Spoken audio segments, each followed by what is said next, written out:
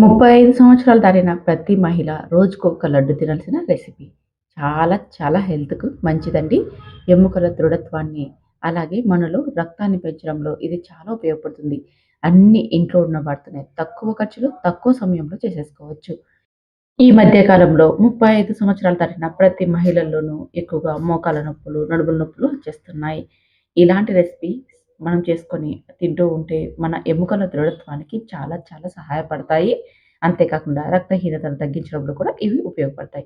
చిన్న పిల్లలకైనా సరే, పండు ముసలి వాళ్ళకైనా సరే ఇది చాలా చాలా ఉపయోగపడే రెసిపీ అని చెప్పొచ్చు. మరి మీరు ఒక్కసారైతే చూసి ట్రై చేయండి. దీనికోసం ఒక కప్పు వేరుశనగ విత్తనాలు తీసుకోవాలి. అదేనండి పల్లీలని. ఇవి మంచి క్వాలిటీ ఉన్నవి తీసుకోవాలి. అంటే కాస్త పెద్ద సైజులో ఉన్న పల్లీలను తీసుకున్నామంటే అందులో మనకి ఆయిల్ ఎక్కువగా ఉండడం వల్ల లడ్డు అనేది మనకి బాగా వచ్చేస్తుంది. చూడండి వీటిని లో ఫ్లేమ్‌లో బాగా క్రిస్పీగా అయ్యేంత వరకు వేయించుకోవాలి.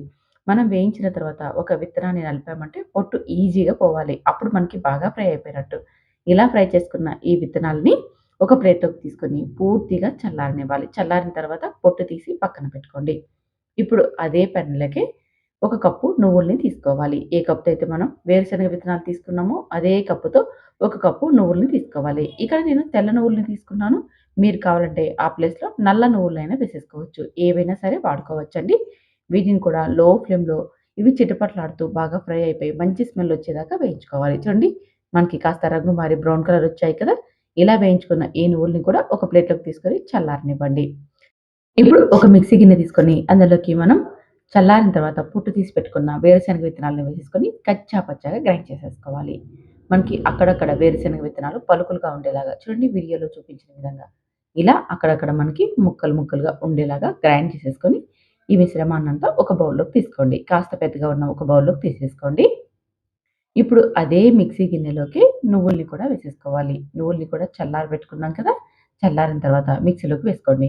కాకపోతే కొన్ని నువ్వుల్ని అలాగే ఉండనివ్వాలి. ఒక పావు కప్పు దాకా నువ్వుల్ని సెపరేట్‌గా ఉంచేసేసి మిగతాటివన్నీ కూడా మిక్సీ బౌల్‌లోకి వేసేసుకొని మెత్తగా గ్రైండ్ చేసేసుకోవాలి. ఇక్కడ మనం వేరుశెనగ విత్తనాలనైతే కచ్చా పచ్చాగా గ్రైండ్ చేసుకున్నాం. కానీ నువ్వుల్ని మాత్రం చాలా అంటే చాలా సాఫ్ట్‌గా గ్రైండ్ చేసేసుకోవాలి. నువ్వుల పిండి అనేది మనకి ముద్దగా రావాలి. అలా గ్రైండ్ చేసేసుకోండి. ఇప్పుడు అదే మిక్సీ బౌల్‌లోకి అదే కప్పుతో ఒక కప్పు కొబ్బరి ముక్కల్ని, ఎండు కొబ్బరి ముక్కల్ని వేసేసుకొని కచ్చా పచ్చాగా గ్రైండ్ చేసేసుకోవాలి. మనం నైస్‌గా తురిమితే ఎలా వస్తుందో అలా గ్రైండ్ చేసేసుకోండి. కావాలంటే మీరు నైస్‌గా తురిమైన ఆ తురుమును ఇందులోకి వేసేసుకోవచ్చు. తర్వాత అదే మిక్సీ గిన్నెలోకి 2 కప్పుల బెల్లం తురుమును వేసేసుకోవాలి. మనం ఇక్కడ అన్నీ కూడా ఒక కప్పుతో తీసుకున్నాం కదా!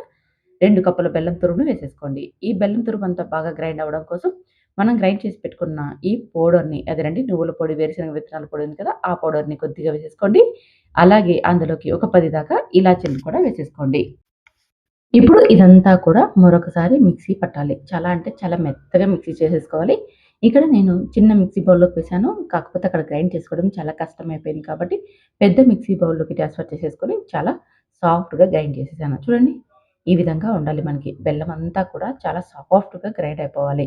ఇలా గ్రైండ్ చేసుకున్న ఈ బెల్లం తురుమును ఇందాక మనం పౌడర్‌లన్నీ వేసి పెట్టుకున్నాం కదా! అదే బౌల్‌లోకి వేసుకోవాలి. ఇప్పుడు ఒక 10 బాదం పప్పును, జీడిపప్పును కూడా కచ్చా పచ్చాగా గ్రైండ్ చేసేసుకోవాలి. అంటే చాలా పలుకులుగా ఉండాలి. లేదంటే నైస్‌గా అయినా సరే కట్ చేసి వేసేసుకోవచ్చు. తర్వాత మనం నువ్వుల్ని కొన్ని పక్కకు తీసి పెట్టుకున్నాం కదా! పావు కప్పు దాకా ఆ నువ్వుల్ని కూడా ఇందులోకి వేసేసుకోవాలి.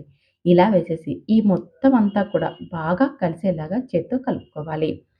ఇక్కడ మరొక విషయం కూడా చెప్పాలండి. బెల్లంని చాలామంది ఇష్టపడరు. షుగర్ పేషెంట్స్ కూడా బెల్లం పడదు కదా! అలాంటి వారు ఖర్జూరాన్ని మనం గ్రైండ్ చేసి, ఆ ఖర్జూరం పేస్ట్‌ని ఇందులోకి వేసేసి కలిపి లడ్డూలు కట్టుకోవచ్చు. ఇలా అయినా టేస్ట్ చాలా బాగుంటుంది. హెల్తీ కూడా. మీరు బెల్లం ఇష్టపడని వారైతే ఖర్జూరాన్ని దంచి ఇందులోకి వేసేసి కలుపుకోండి. తర్వాత ఇందులోకి ఒక 2, 3 స్పూన్స్ దాకా నెయ్యిని కూడా వేసేసుకొని కలుపుకోవాలి. నెయ్యి వేసుకోవడం వల్ల టేస్ట్ చాలా చాలా బాగుంటాయండి. అంతేకాకుండా నెయ్యి కూడా మన ఆరోగ్యానికి చాలా మంచిది. ఆయుర్వేద ప్రకారం నెయ్యిలో రోగనిరోధక శక్తిని పెంచే గుణం ఉంటుందని పెద్దలు అంటూ ఉంటారు. పెద్దలు ఆ కాలంలో ప్రతి ఫుడ్‌లో కూడా నెయ్యిని వేసుకొని తినేవారు. కర్రీస్‌లోకైనా సరే, స్వీట్‌లోకైనా సరే నెయ్యి కంపల్సరీ. అందుకే మనం కూడా అప్పుడప్పుడు నెయ్యిని తీసుకోవడం చాలా మంచిదండి. నెయ్యిని వేసుకున్నాక ఒకసారి అంతా బాగా కలిసేలాగా కలిపి ఇప్పుడు మనకి నచ్చిన సైజులో ఉండల్ని కట్టుకోవడమే. మరి పెద్ద పెద్ద ఉండలు కట్టేసామంటే పిల్లలు మొత్తం తినుకోకుండా మిగిల్చేస్తారు. అందుకని మీడియం సైజులో ఉండల్ని ప్రిపేర్ చేసుకున్నామంటే పిల్లలు ఒక లడ్డూనంతా తినేస్తారు.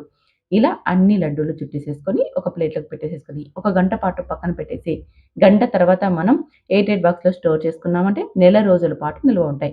ఇవి ఫ్రిడ్జ్‌లో కూడా పెట్టాల్సిన అవసరం లేదు. మనకి బయటే నెల రోజుల పాటు నిల్వ ఉంటాయి.